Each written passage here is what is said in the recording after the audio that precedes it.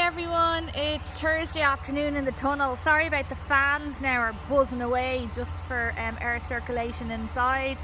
I love this one. It's Addenda, Addenda Donna Anna. I don't know, can you see there the pink tinge on the flowers? They're absolutely gorgeous. I have this obsession with white flowers at the moment.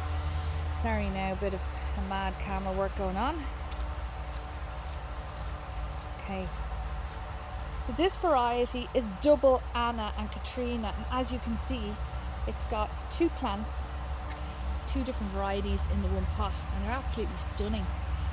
The bees and butterflies are loving this variety this week. And then we'll just pop down here. There's a whole batch of them, so have a look at the web shop. And I want to show you Nika. It's a newer variety. It's just come in this year. Really like it.